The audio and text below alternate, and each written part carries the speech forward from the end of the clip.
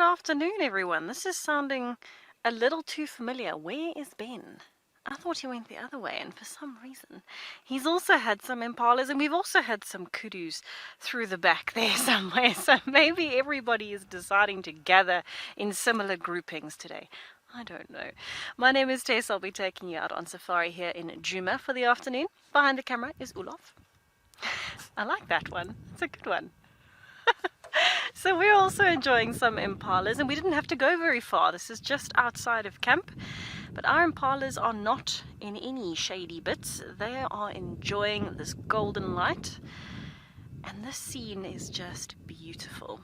Lots of flannel weed popping up, giving us these flashes of yellow, some nice dark green shrubbery, and everybody is nicely spread out, very relaxed, and having a meal. Ah, Peter Betts, you're on the money already. African hawk eagle, well done. Very, very well done. So they're very easily confused with an Ayers hawk eagle, which can occur here but migrates to here, so isn't resident here, where the African hawk eagle is resident here. And of course, they love working in pairs. And I think they are quite fantastic when they hunt. If you have not seen them hunting before, this one is scouting. It's getting ready to hunt. Anytime it's perched up like that, it's looking out for movement of anything small, whether it's a reptile or a small mammal, maybe a rodent, smaller birds. They will eat pretty much anything, but they really are specialized at game birds. So any little ground birds, francolins, guinea fowls, spur fowls, that's what they specialize in, but they'll go for any of those smaller things. As it sees that movement through the grass from up there, because it's on its own, it's going to be a slightly different strategy. It'll be able to swoop down really quickly. They are very good at quick direction changes in flight, using those tail feathers and the wings. They steer themselves down towards the bird, pin it down to the ground, and then pick it back up. Sometimes they kill it on the ground, sometimes they take it with them and kill it in flight. But when they're hunting in a pair, it starts off with them sitting together on the tree. They fly off, and when they fly one on top of each other, just a few meters apart, so one just above the ground and one up above the tree line. And as they're flying, the one at the top is mirroring the one at the bottom's movements, so that it's weaving in and out of the brush. And the animals on the ground, especially those game birds, are seeing the one that's quite high up, and they panic and move to try and find cover. And as they panic and move to try and find cover, the one that's just above the ground will sweep in and catch them. And ironically found this, what I assume to be the same malachite kingfisher on exactly the same branch we saw him this morning, because they are creatures of habit. And we saw him with a frog this morning, and now we've got him beating a little fish. So he's obviously a very successful hunter and really loving the fact that Buffelshoek Dam is full to the brim. But typical behaviours, he's manipulating it in the bill, just sort of squashing the insides to make it a bit more manageable, bashing it to make sure it's dead, so it doesn't squiggle and wiggle inside his stomach. How he's going to swallow that whole thing? Well, that's how. And he's still singing with it in his mouth. Oh no, he's off again. Amazing how the one we saw, the frog he had this morning was even bigger than that.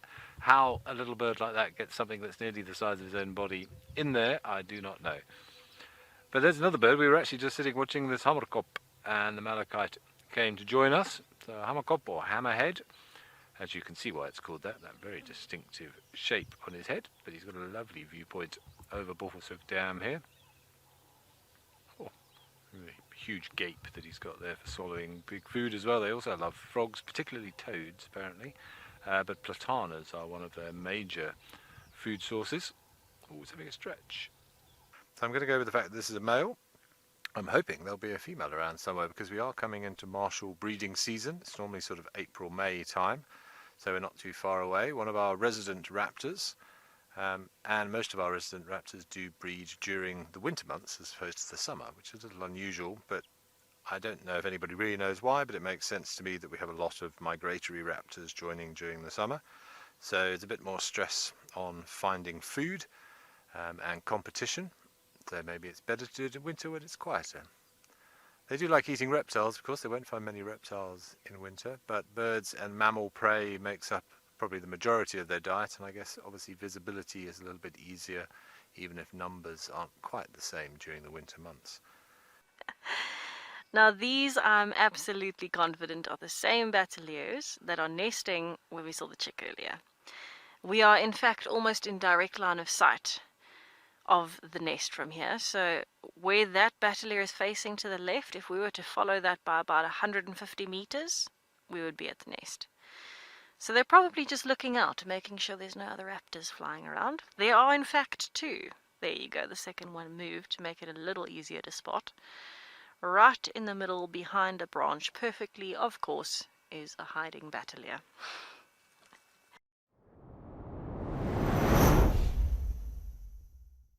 Look at this. This is just too good. And you can see the impalas kind of just gently making space for the giraffe. Obviously the giraffe just dominating them because they are that much bigger. But everybody really nice and peaceful this afternoon.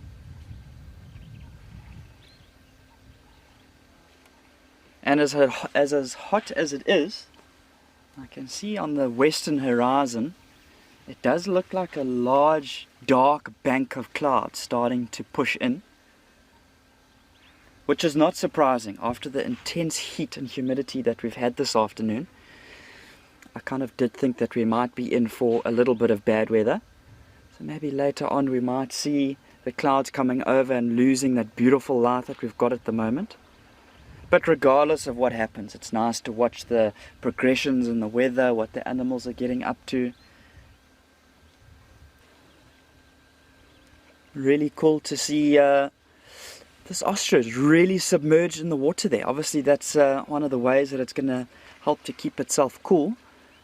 We might even see it ruffling its feathers a little bit there, trying to work that cooler water all the way through those feathers. Remember at the tops of the legs of the ostrich there's a lot of sort of its bare skin. It's not a lot of feathers there. So that's really going to help that ostrich just to stay cool. It will be interesting to see if this other one does get down into the water. You'd imagine the male ostriches having the darker colored plumage compared to the females, who've got that lighter grayish colored plumage. Those males will heat up a whole lot faster than what those females would. So I guess it's not a bad strategy for these males to kind of have their legs in the water, even for that one on the right to kind of lie down and be submerged in that water. There are no crocodiles in Schotia Dam, so that ostrich is safe.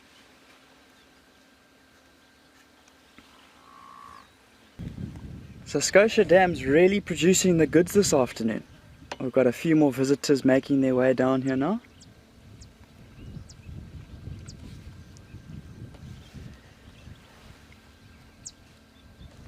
We've got a few buffalo coming down. Look at this little one. That's quite a late born calf. Kind of just hiding behind mom there. You can see it's physically, it's still very small compared to a lot of the other calves that are in the herd. That looks like a very late born calf, this one. Wow, that is beautiful. Remember when the little calves get slightly older, they start to change to more of that lighter, almost buffy brownish type of color.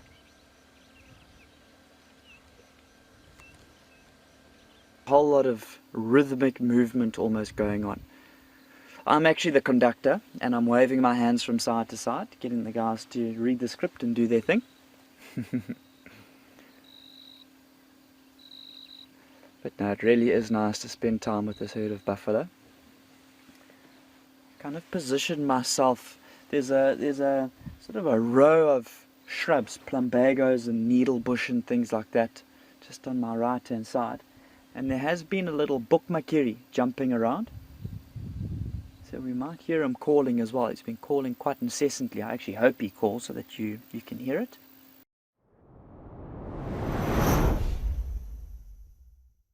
Look at this. This is a tiny zebra foal. This must be, I give it not more than 3 days old. It is tiny, fluffy. Just looking at the height. That is newly born. I wish my wife is watching because she will truly adore this. It looks almost like our little Freya when she was born, but without the stripes.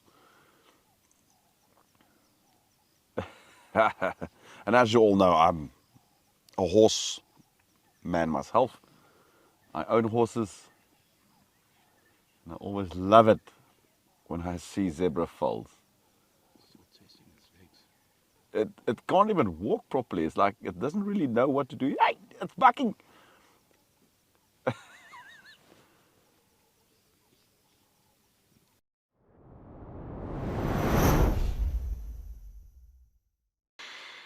I don't mind spiders when they're at a distance, and luckily this one is on Olof's side of the car. How are you feeling, Olof? He's still on your side. You're at the back, but he's on the left. I'm on the right.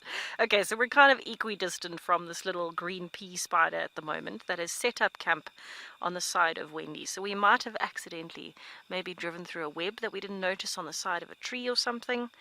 As it brushed past the car, he might have gotten hooked. And I think he's just decided he's going to stay. It looks quite strange. The legs are a very different color. They're that kind of dark reddish color, which is difficult to convey with the infrared. But you can see that abdomen is glowing, and you can see why it would be called a green pea spider. The abdomen is a beautiful light lime green, so it is reflecting back as almost white because it's such a light color. Dwarf lion, or a chameleon, which is of course the etymology of its name. Our flap-necked chameleon, hiding his head a little bit from us, but on a lower branch of a little red bush willow by the look of it. But love those concentric circles that the chameleon sort of folds his tail up to during periods of inactivity. Of course, chameleons are sleeping at night time. This one's very low to the ground. I'd like to be a bit higher up if I was a chameleon, just to keep out of potential jaw range of a foraging little nocturnal predator. A caracal or something might be quite grateful for one of those.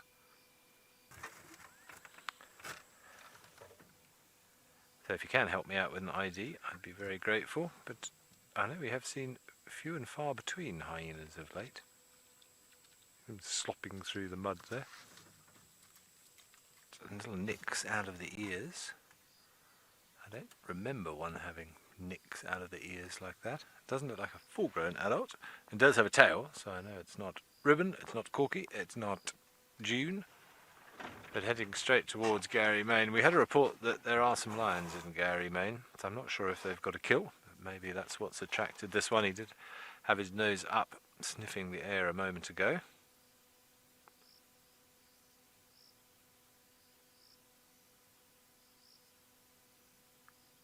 Having a good listen.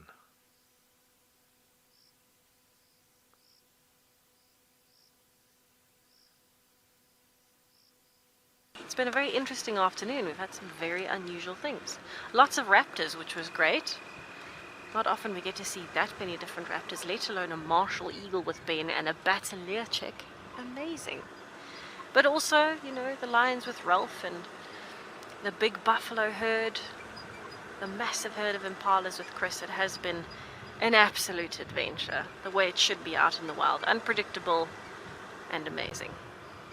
But a huge thank you to everybody who has joined us on our sunset safari today.